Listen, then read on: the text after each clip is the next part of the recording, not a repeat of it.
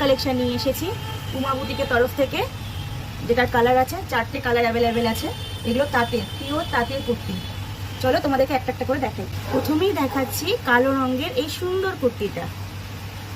এগুলো পিওর তাঁতের মধ্যে আছে। এটা ডিজাইনটা খুব সুন্দর, গলার কাছে একটা ডিজাইন করা আছে আর নিচের দিকটাতে এরকম ডিজাইন করা আছে। সেকেন্ড দেখাই এই সুন্দর হলুদ কালারের কুর্তিটা। ওই গলার সামনে কাজ করা আছে, হাতেও এরকম ছোট কাজ করা আছে, আর পাড়ের দিকটা এইরকম, পাড়ের দিকটাতে এরকম করে কাজ করা আছে। এই ব্লু কালারের কুর্তিটা, এটাও সেম ডিজাইনের আছে, কালার আলাদা।